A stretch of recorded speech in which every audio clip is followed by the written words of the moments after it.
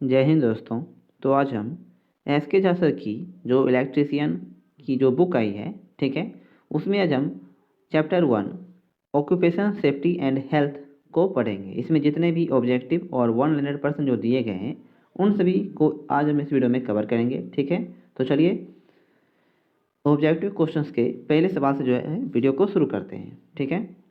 पहला सवाल है कि निम्नलिखित में से कौन सा विद्युत से लगने वाली आग का कारण नहीं है। विद्युत से लगने वाली आग का कारण यहाँ पे नहीं है, तो खुले दरवाजे जो है ये विद्युत से लगने वाली आगों के कारणों में से एक नहीं है, जबकि ढीले कलेक्शन है, इलेक्ट्रिक शॉर्ट सर्किट है और तारों का अतिभार यानी ओवरलोडिंग है। अगला सवाल है किस प्रकार के अग्निशामक का उपयोग द्रवों के कारण लगने वाली आग के लिए किया जाता है।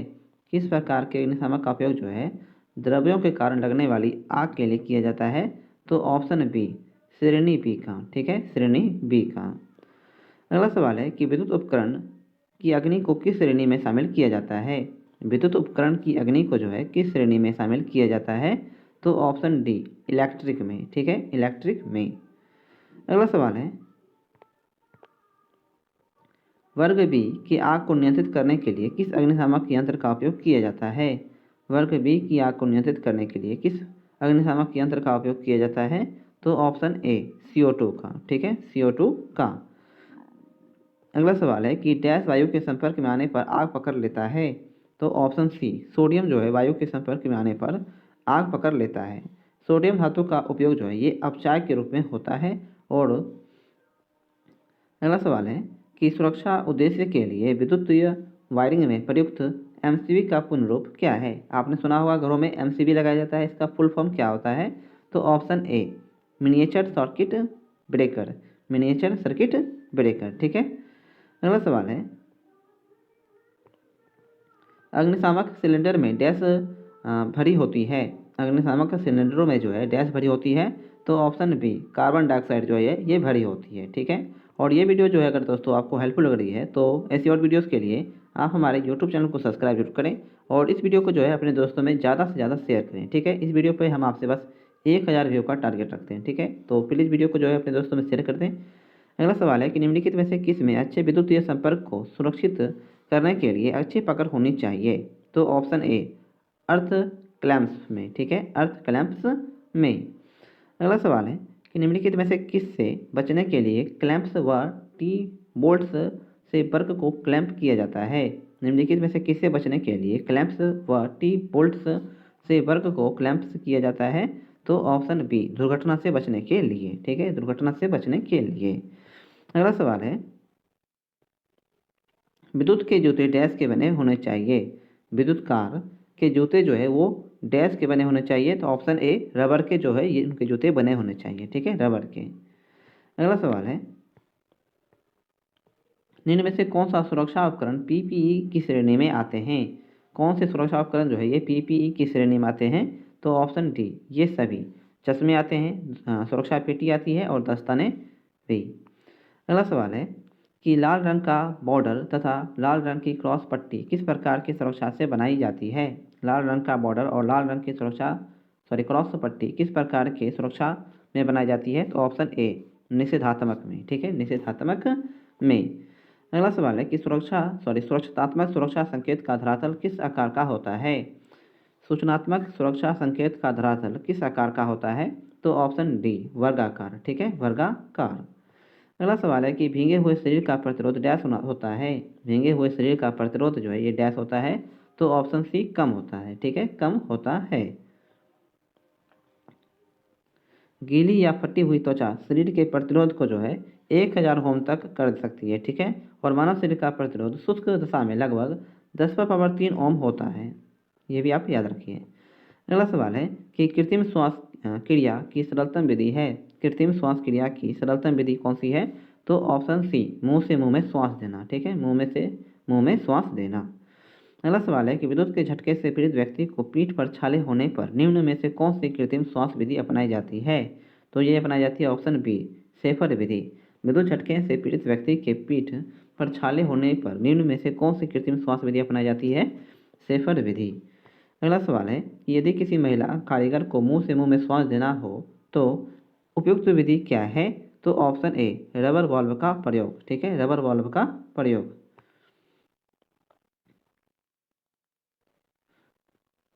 बिजली झटका लगे पीड़ित को मुंह से मुंह में श्वास दिया जाता है, ठीक है, और मुंह से मुंह में श्वास देना ये सेफर विधि के अंतर्गत आता है, ठीक है। ये कौन विधि है? सेफर विधि। अगला सवाल है कि विद्युत तारों में लगी आग को बुझाने के लिए प्रयोग किया जाने वाला आग बुझाने वाला यंत्र कौन सा है? तो ऑप्शन सी कार्बन टेट्राक्लोराइड युक्त यंत्र। विद्युत तारों में जो आग लग जाए तो उसको बुझाने के लिए कौन सा यंत्र का प्रयोग किया जाता है? तो कार्बन टेट्राक्लोराइड युक्त यंत्र का, ठीक है। और इसे किस क्लास में रखा जाता है? तो इसे क्लास डी में रखा जाता है, ये भी याद रखिए आप, क्लास डी में। अगला सवाल है विद्युत कार्यशालाओं में आग बुझाने वाले यंत्र होते हैं। विद्युत कार्यशालाओं में आग बुझाने वाले यंत्र हेतु जो है ऑप्शन डी उपयुक्त तीनों वस्तुएं उपलब्ध होनी चाहिए, ठीक है। आग बुझाने वाला यंत्र उपलब्ध रहने चाहिए, रेत से भरी बाल्टियां उपलब्ध रहनी चाहिए, और जल की व्यवस्था हेतु जल से भरी ओवरहेड लंबी होनी चाहिए, ठीक है। अगला सवाल है कि सीटीसी आग बुझाने वाले यंत्र में कौन सा द्रव वायुदाब के साथ भरा होता है? सीटीसी आग बुझाने वाले यंत्र में कौन सा द्रव वायुदाब के साथ भरा होता है? तो ऑप्शन डी ए और सी, ठीक है, कार्बन टेट्राक्लोराइड और ब्रोमोक्लोराइड डिफ्लोरोमीथेन, ठीक है, दोनों चीज़, कार्बन टेट्राक्लोराइड और ब्रोमोक्लोराइड डिफ्लोरोमीथेन। अगला सवाल है कि पेट्रोल से लगी आग को बुझाने के लिए डैश का प्रयोग किया जाता है? पेट्रोल से लगी आग को बुझाने के लिए डैश का प्रयोग किया जाता है? ऑप्शन ए फोम प्रारूपी आग बुझाने वाले यंत्र, फोम प्रारूपी आग बुझाने वाले यंत्र का। अगला सवाल है निम्न में से चित्र में प्रदर्शित वर्ग डी अग्नि के लिए सबसे उत्तम अग्नि बुझाने वाले यंत्र कौन सा है? सबसे उत्तम जो है अग्नि बुझाने वाले यंत्र में से कौन है? तो ऑप्शन डी गैस कारतूस है, लौन आग बुझाने वाले, गैस कारतूस है, गैस कारतूस हेलोन आग बुझाने वाला। अगला सवाल है कि CCl4 का पूरा नाम क्या है? CCl4 का पूरा नाम यहाँ पे क्या है? तो ऑप्शन सी कार्बन टेट्राक्लोराइड, ठीक है, कार्बन टेट्राक्लोराइड।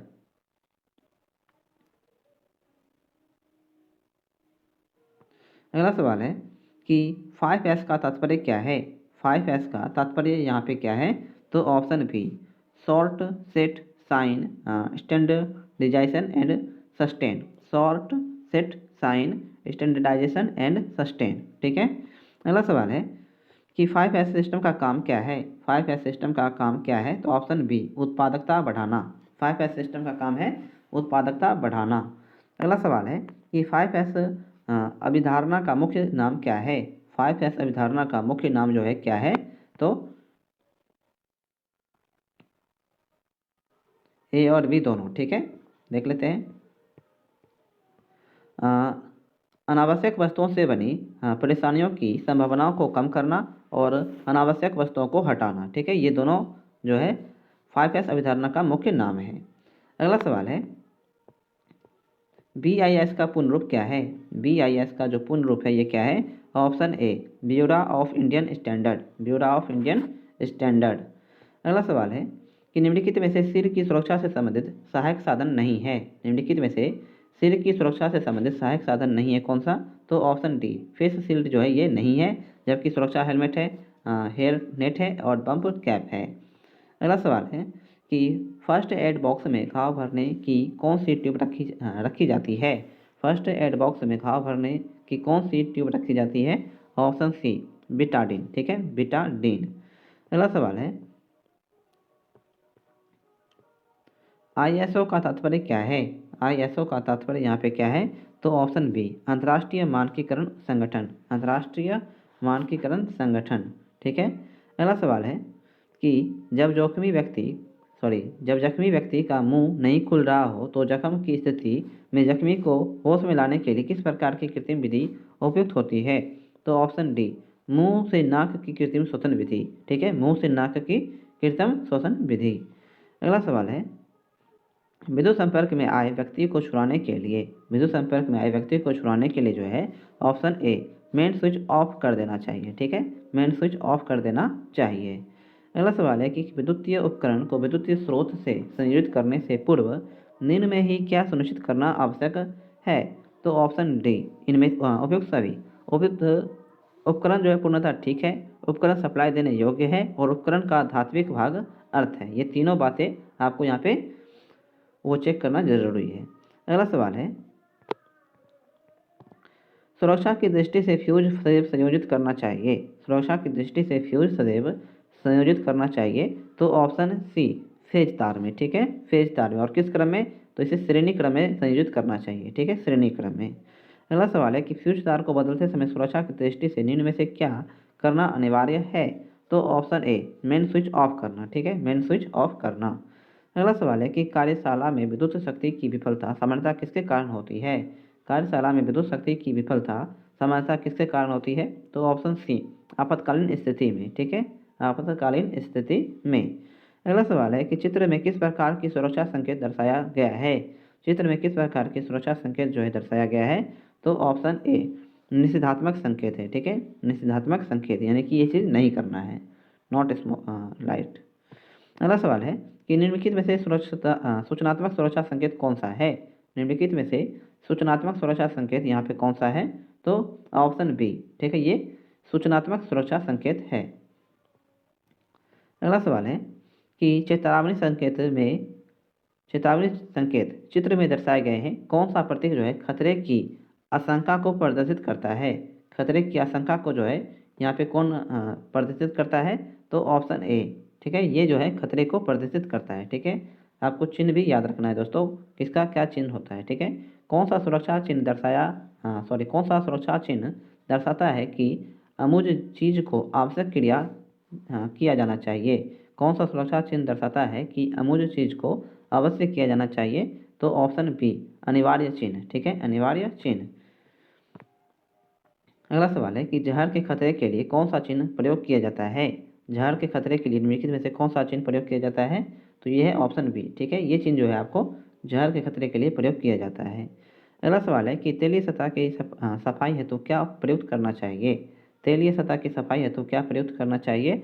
तो ऑप्शन ए, लकड़ी का बुरादा। ठीक है, लकड़ी का बुरादा।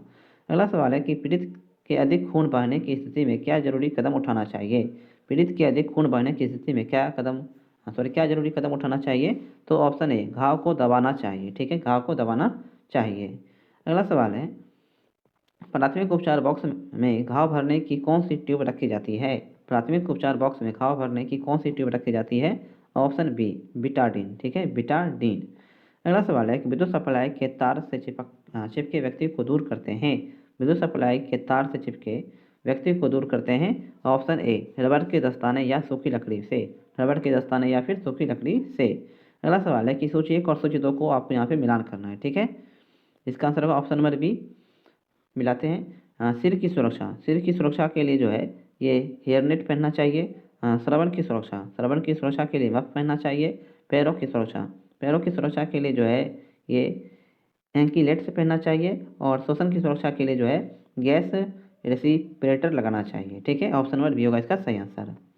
अगला सवाल है, झटके लगे व्यक्ति को निम्न में से कौन सा पेय पदार्थ नहीं पिलाना चाहिए? तो ऑप्शन डी, ये सब यानी पानी नहीं पिलाना चाहिए, चाय नहीं पिलाना चाहिए और कॉफ़ी नहीं पिलाना चाहिए, यानी दोनों चीज़ जो है कोई नहीं पिलाना चाहिए। अगला सवाल है,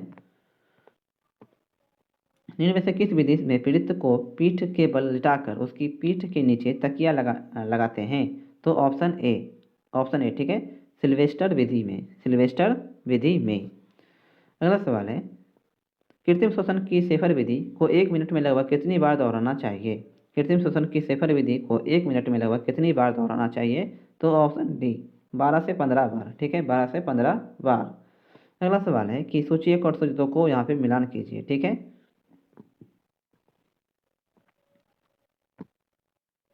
पहला है पीड़ित के मुंह में रकमी दांत, पान, तंबाकू आदि निकालना। ठीक है, यह है प्राथमिक उपचार की एक प्रक्रिया। अगला है मेन स्विच ऑफ करना। मेन स्विच ऑफ किस में करते हैं? तो विद्युत संपर्क में आए गए व्यक्ति को छुड़ाने के लिए। ठीक है, मूर्छित हो जाना किस में है? तो विद्युत झटके का प्रभाव। अगला है मुंह से मुंह में श्वास भरना, यह है कृत्रिम श्वसन विधि। ठीक है, ऑप्शन नंबर ए होगा यहाँ पे सही आंसर। अगला सवाल है, यदि एक मरीज मुंह से मुंह में श्वसन प्रक्रिया पर सही प्रतिक्रिया ना करे तो प्राथमिक उपकरण को टेस्ट चाहिए। यदि एक मरीज जो है मुंह में श्वसन प्रक्रिया पर सही प्रक्रिया ना करे तो प्राथमिक उपचारक को टेस्ट चाहिए। तो ऑप्शन ए, तुरंत चिकित्सा सहायक ढूंढनी चाहिए। अगला सवाल है कि निम्न में से कौन सा नियम जो है वो इंडियन स्टैंडर्ड इंस्टीट्यूट ISI से संबंधित नहीं है। ठीक है, ISI से संबंधित कौन सा नहीं है? तो पहला है मात्रक प्रतीकों के एक वचन तथा बहुवचन एक ही होते हैं, ये कथन सही है। मात्रक प्रतीक के बाद पूर्ण विराम संकेत लगाया जाता है, ये कथन यहाँ पे गलत है। AC तथा DC जैसे संक्षिप्त नाम केवल विशेषण रूप में प्रयोग किए जाते हैं, ये भी कथन यहाँ पे सही है। सिर्फ ऑप्शन बी जो है यहाँ पे गलत है। अगला सवाल है कि निम्न में से कौन सा एक महत्वपूर्ण तत्व है जिसकी उपस्थिति में आग लगने की क्रिया जारी रहती है? तो ऑप्शन डी ये सभी, ऑक्सीजन की उपस्थिति में, ऊष्मा की उपस्थिति में और ईंधन की उपस्थिति में। ठीक है, आग को जो है दोस्तों वो 4 भागों में बांटा गया। ठीक है, class A, class B, class C और क्लास डी में। ठीक है, एक नज़र देख लेते हैं इसको। क्लास ए में जो है वो लकड़ी, कागज, जूट, चारकोल से लगे आग होते हैं। क्लास बी में तेलीय पदार्थ जैसे पेट्रोल, डीजल, मिट्टी तेल से लगे आग होते हैं। ठीक है, और क्लास सी में लगे आग जैसे LPG से, ठीक है, गैस से लगे आग को क्लास सी में रखा जाता है। ठीक है, और क्लास डी में जो है विद्युत से लगे आग को होते हैं। ठीक है, ये चारों बातों आप याद रखिएगा। अगला सवाल है कि विद्युत उपकरण और ऐसे आग वाले प्रतिष्ठानों में किस प्रकार के आग बुझाने वाले यंत्र जो है वो प्रयोग किए जाते हैं। ठीक है, किस प्रकार के आग बुझाने वाले यंत्र यहाँ पे प्रयोग किए जाते हैं? तो यहाँ पे जो है हेलोन या CTC प्रकार की आग बुझाने वाले अग्निशामक यंत्र होने चाहिए। हेलोन या CTC प्रकार की आग बुझाने वाले यंत्र यहाँ पे होने चाहिए। बिजली से लगी आग को भी पहले ही मैंने बताया कि क्लास डी की श्रेणी में रखा जाता है। ठीक है, अगला सवाल है कि सामान्य रूप से विद्युत से लगी आग को बुझाने में किसका प्रयोग किया जाता है? सामान्य से रूप से विद्युत से लगी आग को बुझाने के लिए किसका प्रयोग किया जाता है? ऑप्शन सी रेत का। ठीक है, रेत का भी प्रयोग किया जाता है। अगला सवाल है कि सभी श्रेणी प्रकार की आग बुझाने के लिए निम्न में से किस आग बुझाने वाले यंत्र का प्रयोग किया जा सकता है? ऑप्शन डी CTC आग बुझाने वाले यंत्र, CO2 आग बुझाने वाले यंत्र और शुष्क पाउडर युक्त आग बुझाने वाले यंत्र। अगला सवाल है कि निम्न में से किसमें लगी आग के लिए शीतल जल की बौछार उपयुक्त रहती है? निम्न में से किसमें लगी आग के लिए शीतल जल की बौछार उपयुक्त रहती है? ऑप्शन बी कागज के लिए। ठीक है, कागज से लगी आग के लिए। अगला सवाल है कि निम्न में से कौन सा एस मृदु कौशल संकल्पना में प्रयुक्त नहीं होती है? निम्न में से कौन सा एस मृदु कौशल संकल्पना में प्रयुक्त नहीं होती है? ऑप्शन सी सक्सेसफुली जो है ये नहीं होती है। ठीक है, सक्सेसफुली इसमें नहीं होती है, स्टैंडर्डाइज्ड है, सस्टेन है और साइन है। अगला सवाल है निम्न में से कौन सा 5S संकल्पना का आधारभूत स्तंभ नहीं है? ठीक है, 5S संकल्पना का आधारभूत स्तंभ जो है यहाँ पे नहीं है। कौन सा? तो सेट इन टाइम ये नहीं है। ठीक है, 5S मैंने ऊपर अभी आपको बताया, शॉर्ट है, सेट इन ऑर्डर है और साइन है, लेकिन सेट इन टाइम नहीं है। अगला सवाल है 5S संकल्पना के आधारभूत स्तंभ में छंटनी की तुलना में क्रम निर्धारण के संदर्भ में कथनों पर विचार कीजिए। ठीक है, यहाँ पे कौन से कथन यहाँ पे सत्य दिए गए हैं आपको बताना है। ठीक है, तो केवल एक, यानी सतहों को रंगना, लेवल स्थापित करना, कार्य क्षेत्र एवं स्थानों की रूपरेखा तैयार करना आदि जो है ये 5S संकल्पना का आधारभूत स्तंभ है। ठीक है, लेकिन इसे रेड टेंगिंग के नाम से जाना जाता है, ये कथन यहाँ पे सही नहीं है। सिर्फ कथन ए जो है एक जो यहाँ पे सही है। अगला सवाल है कि 5S प्रक्रिया के मानकीकरण में आवश्यक उपकरण कौन से होते हैं? 5S प्रक्रियाओं के मानकीकरण में आवश्यक उपकरण कौन से होते हैं? तो ऑप्शन ए और बी दोनों, कार्य चक्र आसानी है और समयवर्धन है। कार्य चक्र आसानी है और समयवर्धन है। अगला सवाल है कि निम्न में से कौन सा कूट अभ्यास BIS संस्तुति के अनुसार विद्युत वायरिंग स्थापित संस्थापनाओं से संबंधित है? तो IS 752। निम्न में से कौन सा कूट अभ्यास BIS संस्तुति के अनुसार विद्युत वायरिंग संस्थापनाओं से संबंधित है? तो IS 752। अगला सवाल है कि मशीनों का यथोचित संचालन कौन कर सकता है? मशीनों का यथोचित संचालन जो है यहाँ पे कौन कर सकता है? तो ए और बी दोनों, कुशल मानव श्रम और कुशल अभियंता। कुशल मानव श्रम और कुशल अभियंता। अगला सवाल है कि अनियंत्रित व दुखद परिणाम वाली अनजाने में हुई दुर्घटना को क्या कहते हैं? तो ऑप्शन ए दुर्घटना कहते हैं। ठीक है, दुर्घटना कहते हैं। अगला सवाल है कि औद्योगिक दुर्घटना का मुख्य कारण क्या है? औद्योगिक दुर्घटना का मुख्य कारण है असावधानी, असुरक्षित हस्त औजार और असुरक्षित लेआउट। ठीक है, ये सभी जो है औद्योगिक दुर्घटना के कारण हैं। अगला सवाल है कि निम्न में से कौन से संकेत नीली पृष्ठभूमि पर सफ़ेद संकेत द्वारा वृत्त के आकार के बने होते हैं? तो ऑप्शन ए अनिवार्य संकेत जो है वो नीली पृष्ठभूमि पर सफ़ेद संकेत द्वारा वृत्त के आकार में बने होते हैं। अगला सवाल है वायुमंडल से मस्तिष्क और शरीर की विभिन्न कोशिकाओं तक ऑक्सीजन पहुंचाने के लिए शरीर में कौन सी महत्वपूर्ण क्रिया होती है?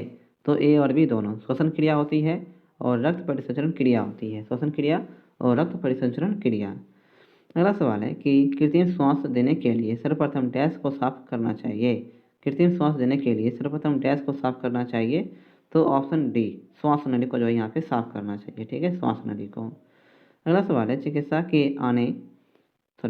के आने से पूर्व दुर्घटनाग्रस्त व्यक्ति को दी जाने वाली चिकित्सा डैश कहलाती है?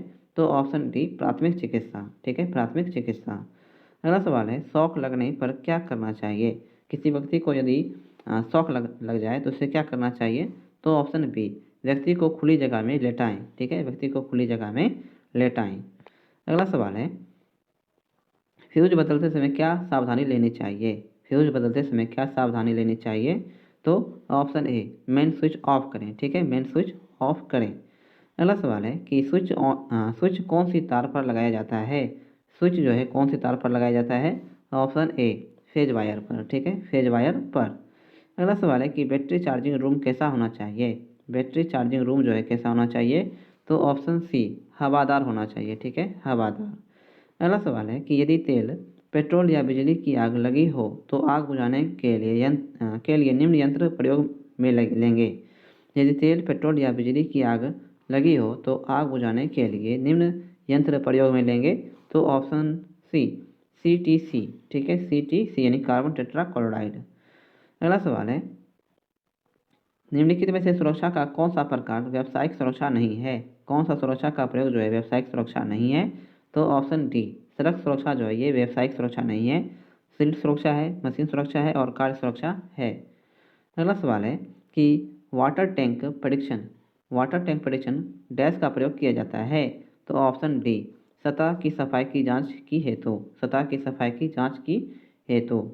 अगला सवाल है कि सेफ्टी मानदंडों के अनुसार निम्नलिखित में से कौन सा उपकरण जो है एक सेफ्टी गैजेट नहीं है?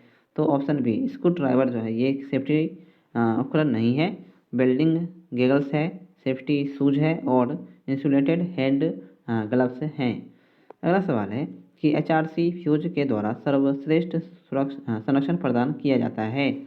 HRC फ्यूज के द्वारा सर्वश्रेष्ठ संरक्षण प्रदान किया जाता है। तो ऑप्शन बी लघु परिपथों में। ठीक है, लघु परिपथों में। अगला सवाल है आर्क वेल्डिंग करते समय आंखों की रक्षा करना चाहिए। आर्क वेल्डिंग करते समय आंखों को रक्षा करना चाहिए। तो option a dark glass screen से। डार्क ग्लास स्क्रीन से। अगला सवाल है कि घिसाई करते समय उपयोग करना चाहिए। घिसाई करते समय जो है उपयोग करना चाहिए। ऑप्शन सी सुरक्षित गूगल्स का। ठीक है, सुरक्षित गूगल्स का। अगला सवाल है कि ढीले हत्थे वाला जो हथौड़ा है वो छिटक जाएगा तथा दुर्घटना उत्पन्न करेगा। ठीक है, छिटक जाएगा और दुर्घटना उत्पन्न करेगा। अगला सवाल है कि जिंदा वायर यानी कि फेज वायर के संपर्क में आए किसी व्यक्ति को बचाने के लिए अपना पहला कदम क्या होगा? तो ऑप्शन सी सूखी लकड़ी की सहायता से जिंदा वायर से उसे अलग करेंगे। ठीक है, सूखी लकड़ी की सहायता से जिंदा वायर से उसे पहले जो है अलग करेंगे। अगला सवाल है जीवन रक्षक प्रणाली हेतु डैश प्रकार की विद्युतीय आपूर्ति अनिवार्य है? जीवन रक्षक प्रणाली हेतु डैश प्रकार की विद्युत आपूर्ति अनिवार्य है? Option C UPS। ठीक है, UPS। इसका फुल फॉर्म है uninterruptible power supply. Uninterruptible power supply.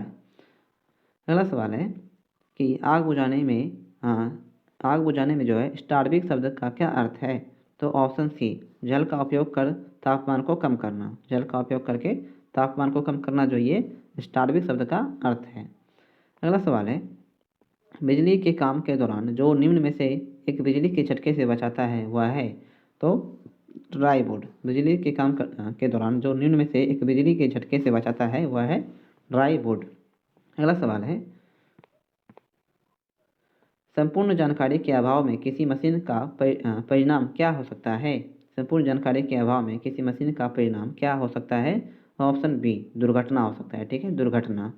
अगला सवाल है कि निम्न में से कौन सा दुर्घटना का कारण नहीं है। निम्न में से कौन सा दुर्घटना का कारण जो है नहीं है। ऑप्शन बी, अधिक फुर्तीला होना। ठीक है, अधिक फुर्तीला होना।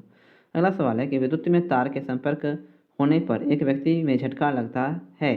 ठीक है, झटका लगा व्यक्ति फेंक दिया जाएगा या विद्युत में तार के संपर्क में आए व्यक्ति के बचाव के लिए आप क्या प्रथम कदम उठाएंगे।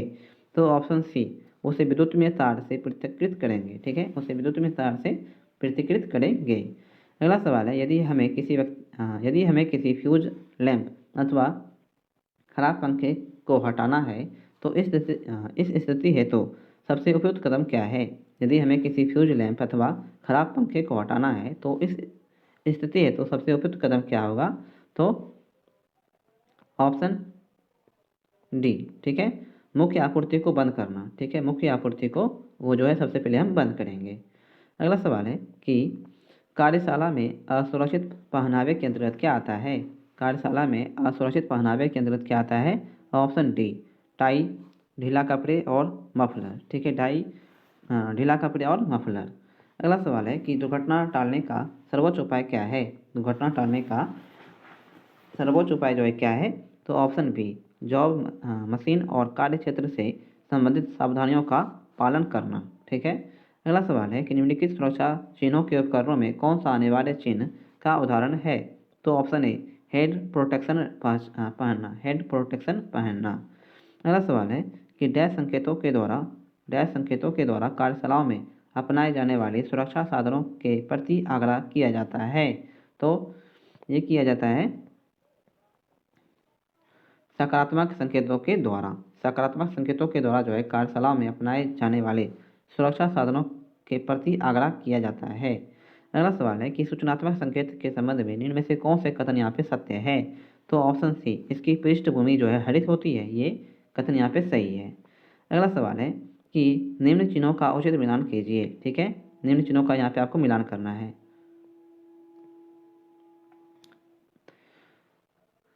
पहला चिन्ह का जो है यहाँ पे क्या हो जाएगा। तो ऑप्शन सी, यह है पदयात्री निषेध, यानी यहाँ पे चलना मना है। अगला है बी, इस चिन्ह का प्रयोग जो है किस में किया जाता है। तो इसका प्रयोग धूम्रपान निषेध में किया जाता है। ठीक है। अगला है सी का जो प्रयोग है ये किस में किया जाता है। तो गन से आग ना बुझाएं। ठीक है, गन से आग ना बुझाएं। और डी का प्रयोग किया जाता है प्राथमिक उपचार केंद्र में। ठीक है, ऑप्शन नंबर बी होगा इसका सही आंसर। ठीक है। अगला सवाल है कि निम्न कथनों पर विचार कीजिए। ठीक है, कौन से कथन यहाँ पे सही है आपको बताना है। तो ऑप्शन बी, केवल कथन 2 यहाँ पे सही है। निषेधात्मक संकेतों में सफ़ेद पृष्ठभूमि प्रयुक्त की जाती है, ये कथन यहाँ पे बिल्कुल सही है। निषेधात्मक संकेतों में जो है सफ़ेद पृष्ठभूमि प्रयुक्त की जाती है। ठीक है। और कथन 1 है चेतावनी संकेतों में हरी पृष्ठभूमि प्रयुक्त की जाती है, ये कथन यहाँ पे गलत है। अगला सवाल है, देखिए यहाँ पे दिया हुआ है चेतावनी संकेतों में पीली पृष्ठभूमि का प्रयोग किया जाता है। ठीक है। और अनिवार्य संकेतों में नीली पृष्ठभूमि का प्रयोग किया जाता है और सुरक्षात्मक संकेत में हरी पृष्ठभूमि का प्रयोग किया जाता है। अगला सवाल है कि इनमें से कौन सा चिन्ह विकिरण से खतरे को दर्शाता है। विकिरण से खतरे को दर्शाता है कौन सा। तो ऑप्शन डी, ठीक है, ये विकिरण से खतरे को दर्शाता है। अगला सवाल है, निम्न में से किस आकृति का सुरक्षा संकेत यह दर्शाया गया है। निम्न आकृति में से किस प्रकृति का सुरक्षा संकेत यहाँ दर्शाया गया है। प्रकृति का सुरक्षा संकेत यहाँ पे दर्शाया गया है। तो ऑप्शन सी, चेतावनी संकेत। ठीक है, चेतावनी संकेत। अगला सवाल है कि जब करंट बहुत निचले स्तर पर होता है, जब करंट बहुत निचले स्तर पर होता है तो इलेक्ट्रिक शॉक का व्यक्ति पर क्या प्रभाव पड़ेगा। तो ऑप्शन बी, संपर्क स्थान पर मामूली जलन होगी, संपर्क स्थान पर मामूली जलन होगी। अगला सवाल है, आपातकालीन प्रक्रिया का प्रकार नहीं है। आपातकालीन प्रतिक्रिया का प्रकार जो है यहाँ पे नहीं है। ऑप्शन डी, कारीगर विफलता। कारीगर विफलता जो है आपातकालीन प्रक्रिया का प्रकार नहीं है। शक्ति विफलता है, आग पकड़ना है और प्रणाली विफलता है। अगला सवाल है कि निम्न कथनों पर विचार कीजिए। ठीक है, कौन से कथन यहाँ पे सही है। तो केवल कथन 1 जो यहाँ पे सही है। सिल्वेस्टर विधि में पीड़ित को पीठ के बल लिटाया जाता है, ये कथन यहाँ पे बिल्कुल सही है। ठीक है। और सेफर विधि में भी पीड़ित को पीठ के बल से ही लिटाया जाता है, ये कथन यहाँ पे गलत है। अगला सवाल है कि किस प्रकार का फायर एग्जीक्यूटर विद्युतीय आधारित अग्नि के लिए प्रयोग नहीं करना चाहिए। तो ऑप्शन सी, फोम एक्सटिंग्विशर जो है ये विद्युत आधारित अग्नि के लिए प्रयोग नहीं करना चाहिए। ठीक है। अगला सवाल है कि निम्न कथनों पर विचार कीजिए। ठीक है, कौन से कथन यहाँ पे सही है? तो केवल कथन एक सही है। ठीक है, श्रेणी ए अग्नि को शीतल जल की बौछार द्वारा बुझाया जाता है। श्रेणी ए की अग्नि को जो है शीतल जल के बौछार के द्वारा बुझाया जाता है। ये कथन यहाँ पे बिल्कुल सही है। अगला सवाल है, निम्न कथनों पर विचार कीजिए। ठीक है, ऑप्शन में डी होगा इसका सही आंसर। कौन से कथन यहाँ पे सही आपको बताना है। कथन 1 और 2 दोनों यहाँ पे गलत है। कार्बन डाइऑक्साइड गैस ज्वलन में सहायक होती है, ये कथन यहाँ पे गलत है। और ऑक्सीजन गैस ज्वलन में सहायक नहीं होती है, ये कथन यहाँ पे गलत है। ऑक्सीजन गैस जो है ये ज्वलन में सहायक होती है और कार्बन डाइऑक्साइड गैस जो है ये ज्वलन में सहायक नहीं होती है। अगला सवाल है कि मिक्स सल्फाइड गैसों द्वारा, ठीक है, आग को बुझाने के लिए किस श्रेणी का आग बुझाने वाला यंत्र उपयुक्त है? तो option C dry powder fire extinguisher का। ठीक है। अगला सवाल है कि इनमें से कौन सी घटना दुर्घटना नहीं है? कौन सी घटना जो है यहाँ पे दुर्घटना नहीं है? तो ऑप्शन सी बीमा कंपनी से पैसा कमाने को अपनी अंगुली काट ली, ये दुर्घटना नहीं है। ठीक है। अगला सवाल है कि इनमें से कौन सा उपकरण दुर्घटना का कारण नहीं है? कौन सा उपकरण जो है दुर्घटना का कारण नहीं है? तो ऑप्शन सी घिसा हुआ वर्नियर कैलिपर्स, ये दुर्घटना का कारण नहीं है। मशरूम हेड चीजल है, फैले मुंह का स्पैनर है और टाइट कसा आड़ी का ब्लेड है। अगला सवाल है कि इनमें से कौन सा चेतावनी निर्देश नहीं है? कौन सा चेतावनी निर्देश यहाँ पे नहीं है? तो प्राथमिक चिकित्सा उपलब्ध है, ये चेतावनी निर्देश जो यहाँ पे नहीं है। ठीक है। अगला सवाल है कि इनमें से कौन सुरक्षा संकेत का प्रकार नहीं है? कौन सा सुरक्षा संकेत का प्रकार यहाँ पे नहीं है? तो ऑप्शन बी उपयुक्त संकेत जो यहाँ पे सुरक्षा संकेत का प्रतीक नहीं है, जबकि निषेधात्मक संकेत है, चेतावनी संकेत है और सूचनात्मक संकेत भी है। अगला सवाल है कि चलती मशीन पर इनमें से किसके द्वारा जॉब पर नट चढ़ाने की कोशिश नहीं करनी चाहिए? तो ऑप्शन ए और बी स्पिनर के द्वारा और पाइप रिंच के द्वारा जो है ये नहीं करना चाहिए। अगला सवाल है कि किसी दुर्घटना की स्थिति में पीड़ित व्यक्ति को जो है ऑप्शन सी तुरंत प्राथमिक उपचार प्रदान करना चाहिए। अगला सवाल है कि बेसिक लाइफ सपोर्ट में सम्मिलित प्रक्रिया निम्न में से कौन सी है? तो ऑप्शन डी ये सभी। वायुमार्ग साफ करना है, सांस पुनः चालू करना है और दिन में धड़कन पुनः चालू करना है। अगला सवाल है कि बेहोश मिले व्यक्ति के साथ कैसा व्यवहार करेंगे? बेहोश मिले व्यक्ति के साथ जो है ये कैसा व्यवहार करेंगे? तो ऑप्शन बी, ठीक है, देखेंगे कि सांस चल रही है या नहीं। ठीक है, देखेंगे सांस चल रही है या फिर नहीं। अगला सवाल है कृत्रिम श्वास की विधि कौन सी है? कृत्रिम श्वास की विधि यहाँ पे कौन सी है? तो ऑप्शन डी शेफर विधि है, हाँ सिल्वेस्टर विधि है और मुंह से मुंह में हवा भरना भी है।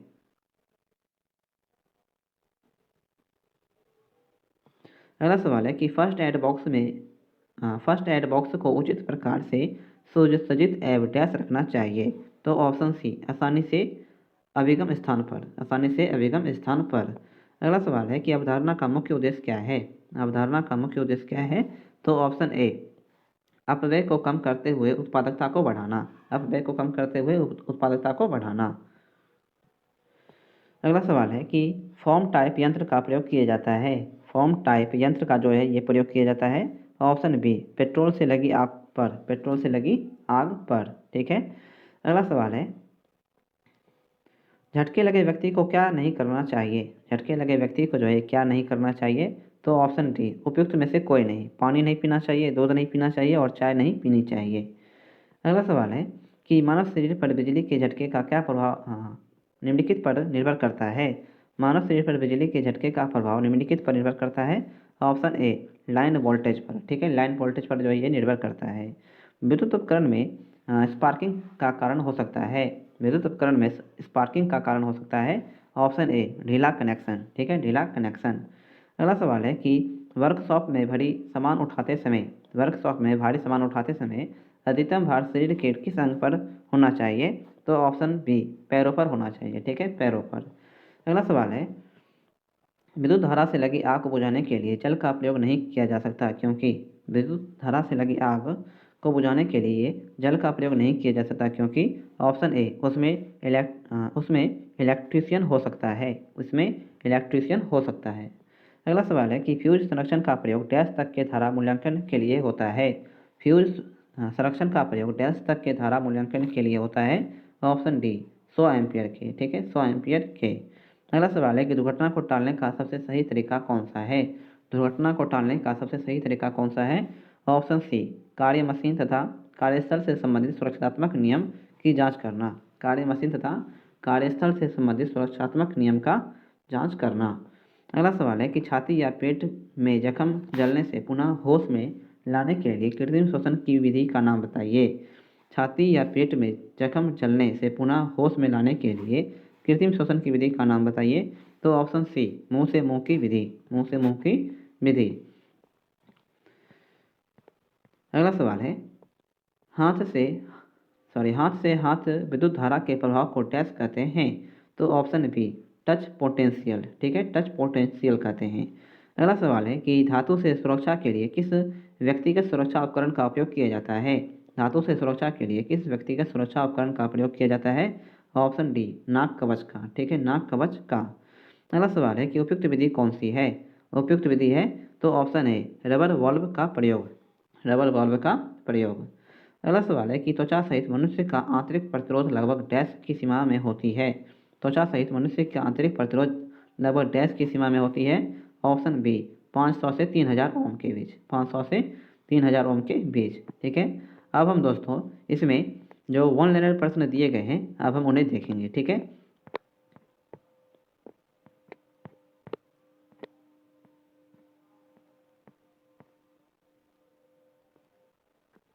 चलिए एक नज़र जो है इसे भी देख लेते हैं।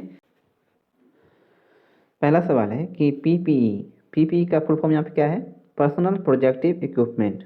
अगला है यह एक ऐसा उपकरण है जो कार्यस्थल पर चींटे तथा बीमारियों से बचाता है। इलेक्ट्रीशियन का ड्रेस जो है ये रबर का बना होता है जिसके कारण धारा के संपर्क में नहीं हो पाता। ठीक है। अगला है कि मानव शरीर का प्रतिरोध शुष्क अवस्था में 10 किलो ओम से 1 मिलियन ओम तथा गीली अवस्था में 1000 ओम होता है। ठीक है। किसी व्यक्ति के विद्युत से सुरक्षित रहने हेतु उसके शरीर से प्रवाहित अधिकतम धारा का मान 10 MA से अधिक नहीं होना चाहिए।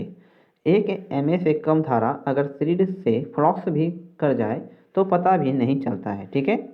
अगला सवाल है कि 90 वोल्ट से अधिक वोल्टेज पर हमारे शरीर चालक की तरह काम करने लगता है। 90 वोल्ट से अधिक वोल्टेज पर हमारे शरीर जो चालक की तरह कार्य करने लगता है। अगला है कि कृत्रिम श्वसन क्रिया की सरलतम विधि मुंह से मुंह में श्वास देना है। इस विधि में रोगी को वायु की अधिक मात्रा प्राप्त होती है। ठीक है। अगला है कि कृत्रिम श्वसन की सिल्वेस्टर विधि को उस स्थिति में प्रयोग किया जाता है जब पीड़ित को सीने पर छाले पड़ जाएं। ठीक है। अगला है कि यदि पीड़ित व्यक्ति को पेट व छाती में चोट हो तो नेल्सन विधि का प्रयोग किया जाना चाहिए। यदि पीड़ित को जो है पेट व छाती में चोट हो तो कौन विधि का प्रयोग किया जाता है। नेल्सन विधि का। विद्युत झटके के पश्चात रोगी को छाती के बल जमीन पर लिटाया जाता है। इसे सेफर विधि में किया जाता है। ठीक है, छाती के बल किस में लिटाया जाता है। सेफर विधि में।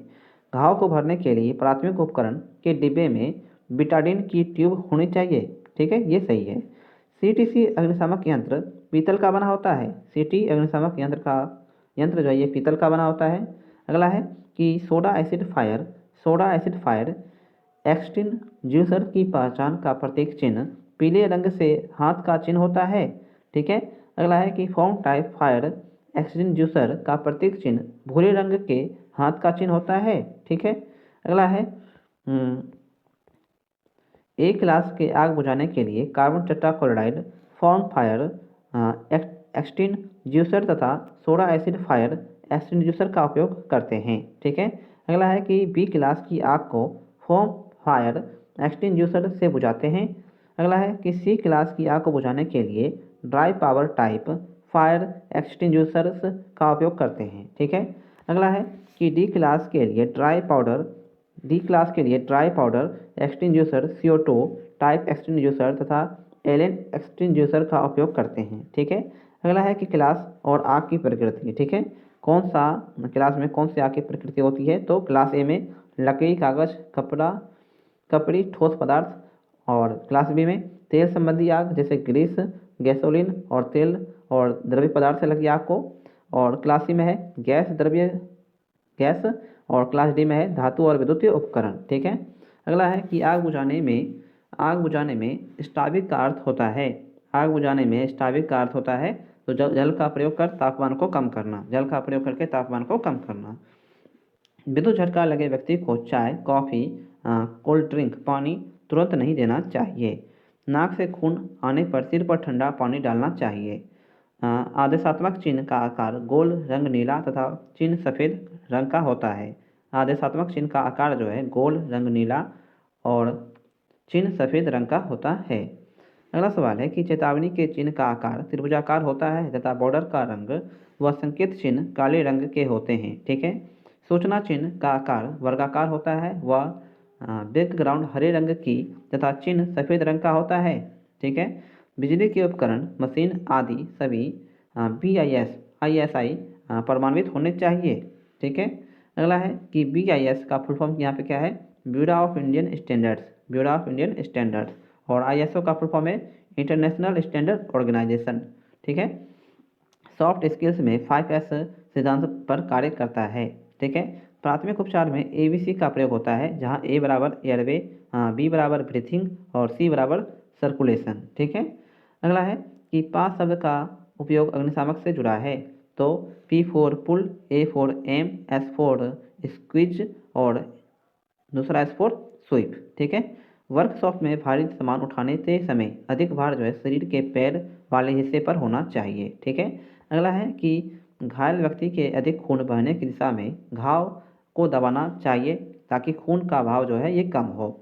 आग में ईंधन, ताप और ऑक्सीजन मिले होते हैं। आग में ईंधन, ताप और ऑक्सीजन जो है मिले होते हैं। अग्नि ध्वनि संकेत प्रणाली के मुख्य आग, धुआं, ऊष्मा डिटेक्टर, घंटियां, डिकेम पैनल, अलार्म पैनल, बैटरी होते हैं। ठीक है।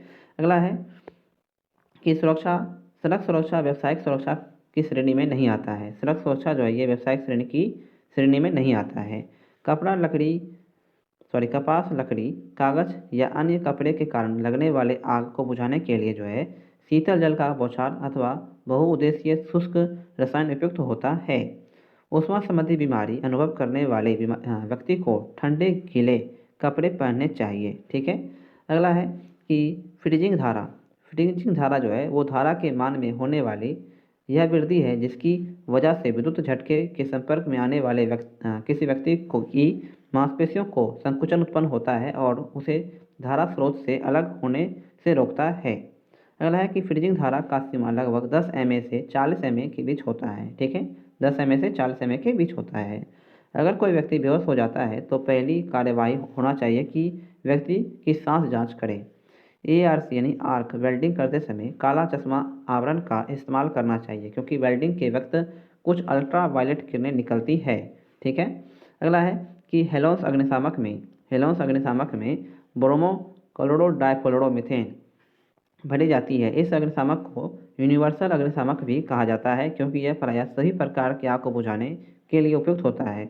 हालांकि ज़्यादातर इसका उपयोग विद्युतीय उपकरण वाली आग को बुझाने के लिए किया जाता है। आग बुझाने वाली एक्सटिंग्विशर में काला रंगीन बैंड कार्बन डाइऑक्साइड को दर्शाता है। ठीक है। अगला है कि वेट केमिकल फायर एक्सटिंग्विशर में पोटेशियम तत्व इस्तेमाल किया जाता है। इसका उपयोग रेस्तरां, वसा, रसोई और तेल से लगी आग को बुझाने के लिए किया जाता है। विद्युत उपकरण पर फैन या झाग प्रकार के अग्निशामक का प्रयोग नहीं करना चाहिए। विद्युत धारा की चाल, प्रकाश की चाल 3 × 10⁸ मीटर प्रति सेकंड के बराबर होती है। विद्युत धारा की चाल और प्रकाश की चाल दोनों जो है ये 3 × 10⁸ मीटर प्रति सेकंड के बराबर होती है। IE नियमानुसार बिजली के झटके से पीड़ित लोगों के पुनर्जीवन को कट आउट नियम 44 महत्व देता है। मानव शरीर पर बिजली के झटके का प्रभाव लाइन वोल्टेज पर निर्भर करता है। ठीक है। किस पर निर्भर करता है? लाइन वोल्टेज पर। अगला सवाल है कि सूचनात्मक चिन्ह का बैकग्राउंड हरा होता है। सूचनात्मक चिन्ह का बैकग्राउंड जो है ये हरा होता है।